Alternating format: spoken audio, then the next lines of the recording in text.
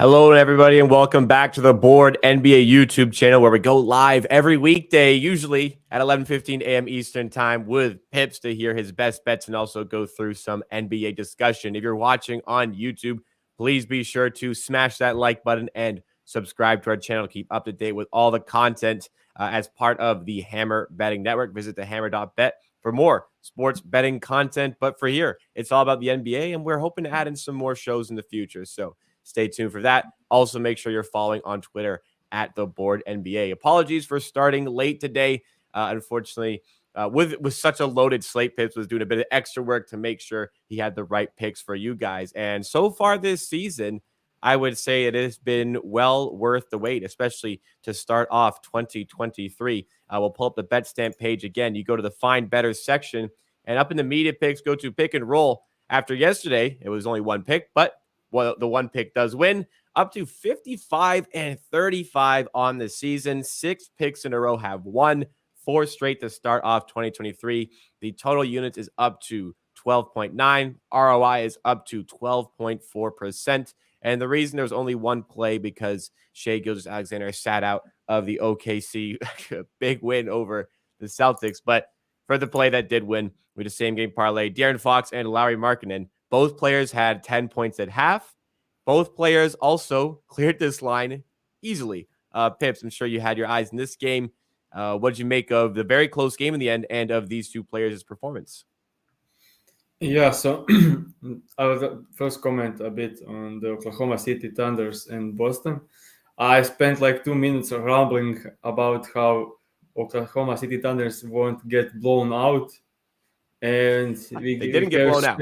Yeah, we had Shai ruled out, and even without Shai, they blown out Boston Celtics. I think it was the franchise record with 150 points without their by far the best player.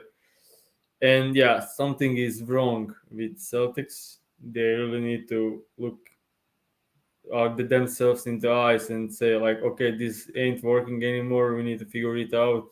They lost 7 out of the last 12 games, and it was an easy schedule. So weird stuff going on in their locker room and showing off on the court.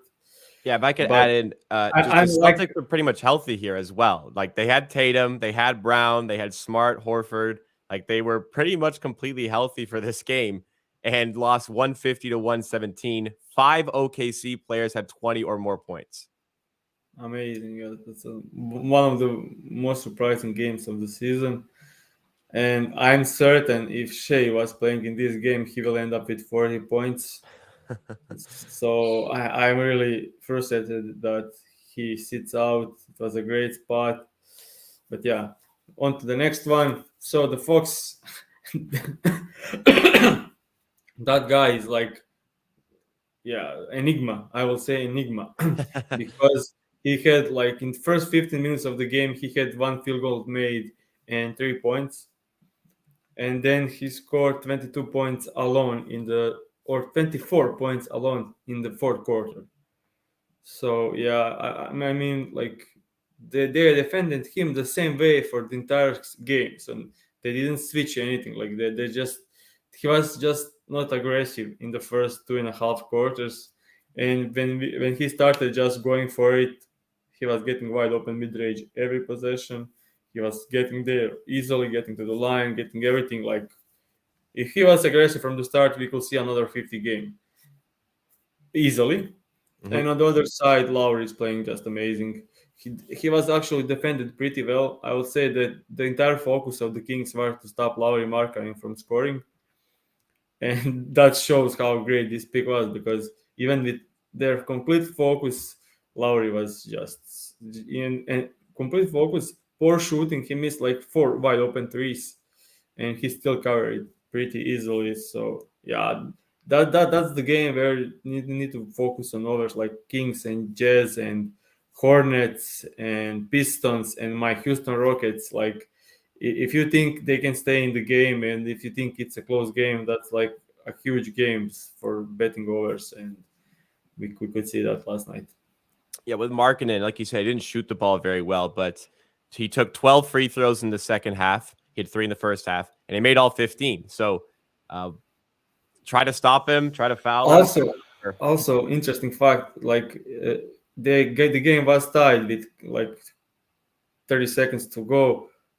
Fox made amazing shot with 0.04 seconds left, and then they just didn't have timeout, and they drove the ball for an entire court.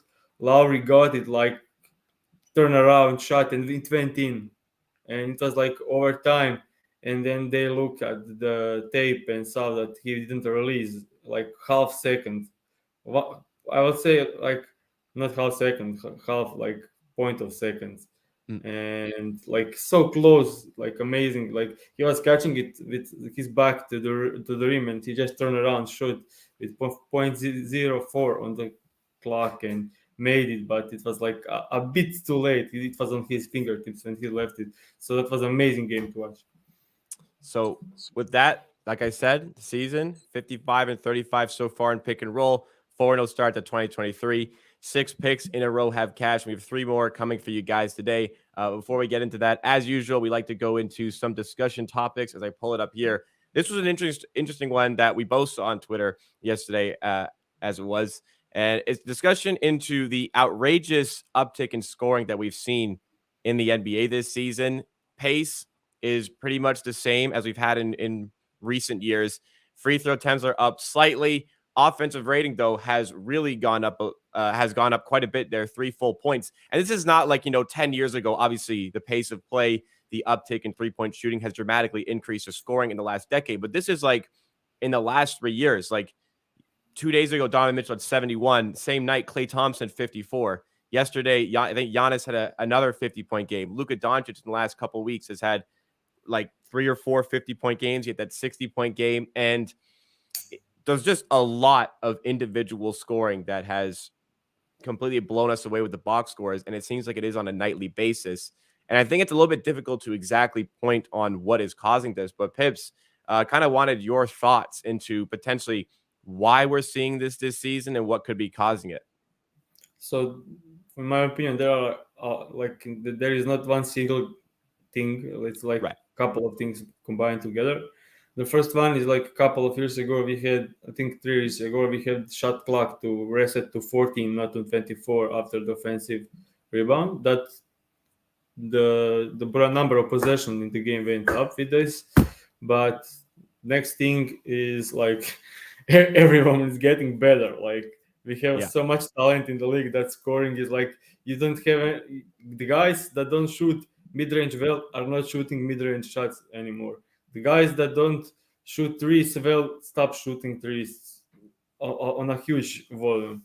The guys that are great at stuff, they are increasing in that part. Like everyone is first getting better, and the things like the most important thing for me is the rule change, the take foul.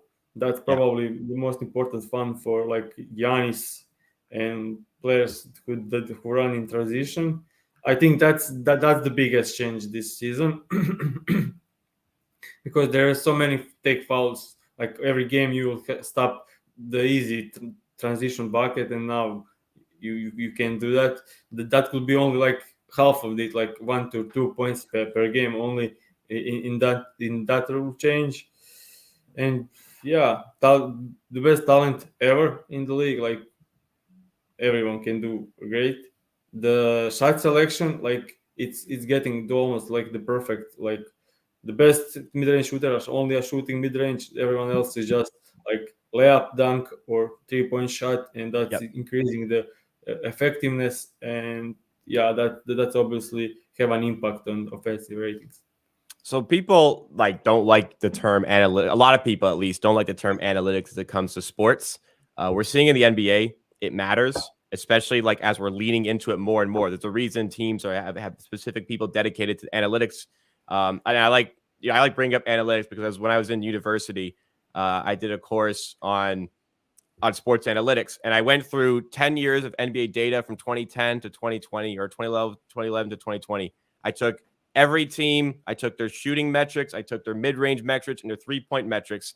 The more teams shot from 3 and the less they shot from mid-range, the more wins they would have on a consistent basis. Teams are leaning into this more. If you're a really good mid-range shooter, that's a good shot for you to take. If you're not a good mid-range shooter, you don't take that shot. I think the simplest way to put it, league average from mid-range is about generously 42%. So over 100 shots, you're getting 84 points.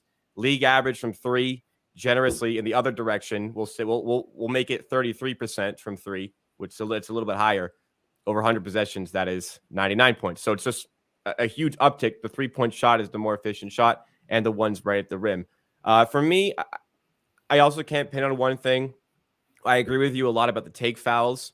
I would say part of it has to be some variance as well. Like sometimes you just see strange occurrences like this. So I think that could be a little bit involved, but the talent in the league is the best we've seen maybe ever. And it also is the parity where all these stars are spread out amongst so many different teams. Whereas in the last few years, there's been a lot, like the super teams are really popular in the last 7 or 8 years. We're kind of drifting away from those teams. Those don't quite happen as, obviously you still have some specific ones, but there's so many superstars and so many different teams in the leagues that specific individuals can thrive. And I also think along with the analytics behind mid-range shooting, 3-point shooting, I think it's also teams are leaning on these stars more often. So, why would, like, if I have the ball, I'd rather have, let's say the Cavs, I'd rather have Donovan Mitchell taking not a great shot for him. That's better than somebody like, Lamar Stevens, Isaac Okoro getting a wide open shot sometimes. So I think teams are just leaning into the analytics more. I think teams are leaning on their stars more, take foul, parity, all of these different things. But it is a very interesting dynamic. And I'd love to see if this continues throughout maybe a few years to come, just to see how teams adjust to it. Because just basketball is always evolving. And like it or not, it is for the better because teams are winning more and scoring more because they're doing these things. That's why changes happen. It's not like people who say Steph Curry ruined the NBA with his shooting. People, like, the players and systems are out there for teams to win games. This clearly with the Warriors, how well they played in Curry's prime, if you could say that was his prime, because his prime might still be ongoing, but they won a ton of games and teams adjusted to that mindset, and it clearly worked out. So these are just some things to consider, but very interesting. I really like talking about this stuff. Anyways, let's move into the 3 official picks for today's show. 3 same game parlays, and we hope again it was worth the wait for you guys. First one, I just want to acknowledge somebody pre-show predicted the first same game parlay, kind of. So credit to them. This is a same game parlay. It does involve the Brooklyn Nets and the Chicago Bulls, and it does involve Zach LaVine and Kevin Durant on the points. Here is the play. So the first play is Zach LaVine over 19.5 points and Kevin Durant over 24.5 points. And some will probably ask why not DeRozan or Kyrie, but these two guys were like very consistent clearing this line the entire season. And if you take a look at numbers, I think we need to exclude last couple of games for Brooklyn Nets because they were like blowing everyone out. They had an easy schedule. But if you take a filter look with like games with 30 plus minutes for KD, he cleared this line in 27 out of 31 games this season. Like that's almost 90% clear rate on this line. And Chicago Bulls defense is below average and they're playing decent lately, so they could stay in the game. And KD will probably easily clear this line like he does in every game this season. And the second part is this one is like a pure enigma, I will say. Like, how can Zach LaVine finish every game in the range of like 20 to 23 points? Like, if you take a look at his points throughout the games, like it's always 12, 21, 22, or 23 points. So with his line set at 22.5, we are gladly to take a bit lower line. So the interesting part is like he scored 22 or more points in 13 games out of 30 this season. And if we just lower this line to 19.5, we have 11 more clearances. So in 11 games, so over the like 35% of the games of the season, like more than 1/3 of the games, Zach LaVine scored 20 to 23 points. Wow. precisely 20 to 22 points, like 3 points Yeah. range. He scored in 35% of the games this season. That's unbelievable. Like that's consistency. And we bet Zach Lavine the last game when he played the Nets, Yep. and he scored 29 points. And I think he has a good matchup in this one. He played he played the great game last game against the Cleveland, which are obviously a better defensive team. And yeah, I think he can continue with his consistency and score 20 plus points tonight with KD. And this bet has a high clearance rate the entire season, and I love it in this spot because this game is projected to be a close one. So I was going to reference the fact that you have like Levine against the Bulls previously this season. I think that was the game where Levine had like a bad first 3 quarters and went off in the fourth quarter, if I'm not mistaken. Durant is a player you've loved to go to this season. And with the information about Zach Levine on the points, this would be one, I don't want to speak for you here, but this is one you probably don't want to play around with the points here. Zach Levine at 19.5, probably don't want to play that 20.5 just based on the fact that he is in that range so consistently. So something to keep an eye on there. We have a viewer saying it's also plus 102 on FanDuel. So depending where you like to bet or if you have multiple accounts, that could be one you could explore as well. But let's move into our second pick. And of course, if the Rockets are playing and there is a good guard on the other side, Pips is likely going to put some money on them. And that's exactly what he has here as the Rockets are visiting the Yeah. Pelicans. So my bet for this game is obviously CJ McCollum over 19.5 points combined with Trey Murphy over 1.5 3, which is minus 120 at DraftKings.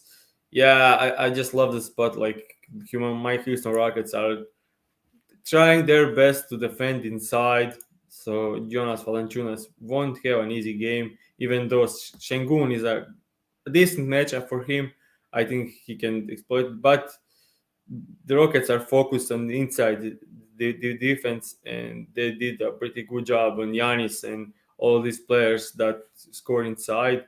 But for the defense always gives something. So if they are defending great inside, obviously if they are not good defensive team, they will give something on the other side, and that's threes.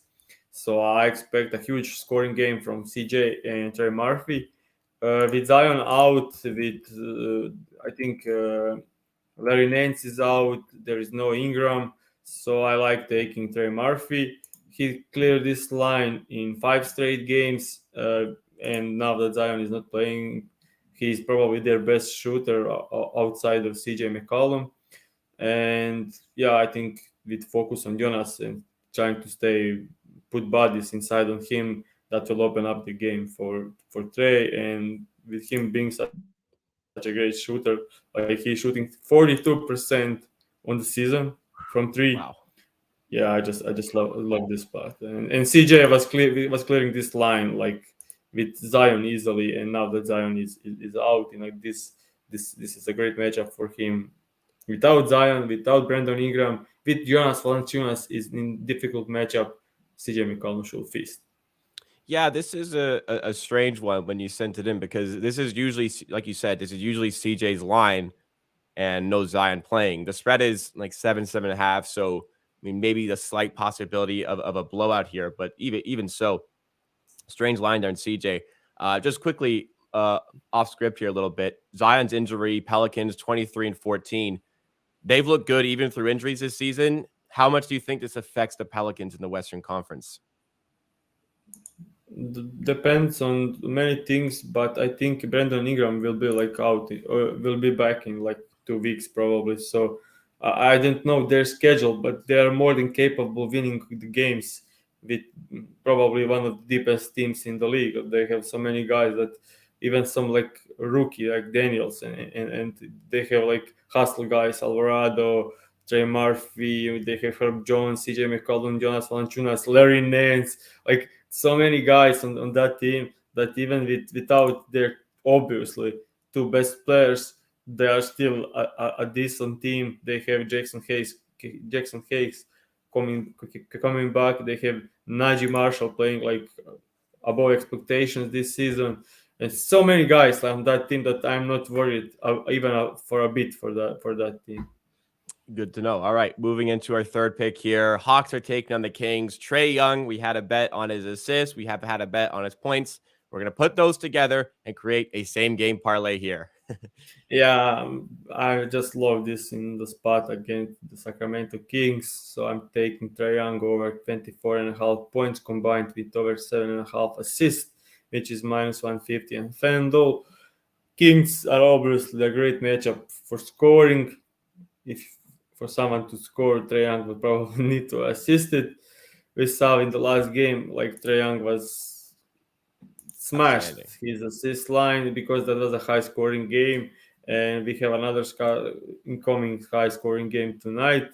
They're playing a pretty high pace, especially without Capella, and Kings will match that up. And yeah, easy matchup for Trae in scoring wise, but with them allowing so many points, I think we have like guys like Collins, Kongwu, Bogdan Bogdanovic, and DeJounte. Like their scoring is pretty good, and I think Trae Young will orchestrate it. And clearly, like I expect like 30 points and like 10 assists from Trae Young tonight. So hoping for a big game from Trae Young to help out the bets, but a great start to the year. Let's hope to keep things going today. Let's recap all three plays for you guys. First play of the day is in the Nets at Bulls game with Zach LaVine over 19.5 points, paired with Durant over 24.5, also known, you could say 20 plus and 25 plus, depending on the book. That is plus 100 at DraftKings. Second play of the day is CJ McCollum against the Rockets, along with Trey Murphy over on threes. CJ McCollum on his points, 19.5.